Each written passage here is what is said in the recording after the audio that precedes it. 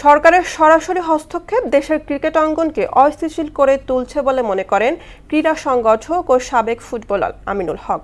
BCB নির্বাচন সামনে রেখে এমন মন্তব্য করেন তিনি।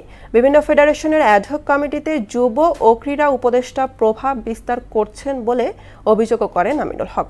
রাজু আলাউদ্দিনের রিপোর্ট। দেশের ক্রিকেটের অবস্থা খুব একটা ভালো যাচ্ছে না। ক্রিকেটারদের সঙ্গে বোর্ড পরিচালকদের সম্পর্কও দা কোরালের মতো। আসন্ন বিসিবি নির্বাচনের আগে অনেকের নাম ভাসছে সম্ভাব্য প্রার্থী হিসেবে। ক্রীড়া সংগঠক ও সাবেক ফুটবলার আমিনুল হকের মতে সরকারের সরাসরি হস্তক্ষেপে দেশের ক্রীড়াঙ্গন অস্থিতিশীল হয়ে উঠছে।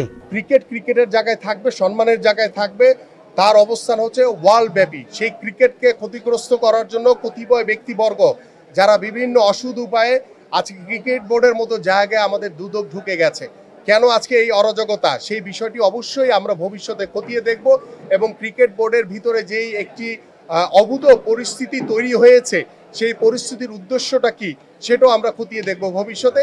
বিসিবি বাদে অন্য ক্রীড়া ফেডারেশন নির্বাচনেও সংকট দেখা দিয়েছে। জাতীয় ক্রীড়া পরিষদ অ্যাডহক কমিটিতে পছন্দের ব্যক্তি ঠাঁই দেওয়ার অভিযোগ উঠেছে। উপদেষ্টা আমাদের যে আসিফ মাহমুদ রয়েছেন, তিনিও ইতিমধ্যে তার জায়গায় যে নিরপেক্ষতা সেটা তিনি ধরে রাখতে পারেননি। তিনি তার নিজের মতো করে সবসময় ক্রীড়াঙ্গনে তার নিজের মতো করে লোকগুলিকে তিনি সেট করতে যাচ্ছেন। সেখানে তিনি কে নিরপেক্ষ সেটাও বিচার করছেন না। দেখা যাচ্ছে যে তিনি আওয়ামী লীগের দোষরদেরকে এনে বসায় দিচ্ছেন। শুধুমাত্র যে শুধু প্লেয়ারদের যে আপনি দায়ী করবেন, শুধু প্লেয়ারদের দায়ী করলে হবে না ভাইয়া।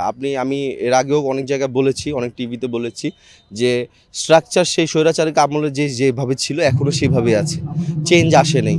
আসন্ন বাজেটে ক্রীড়ার ক্ষেত্রে বাড়তি অর্থ বরাদ্দের পরামর্শ দিয়েছেন আমিনুল হক। রাজু আলাউদ্দিন, মোহনা সংবাদ, ঢাকা।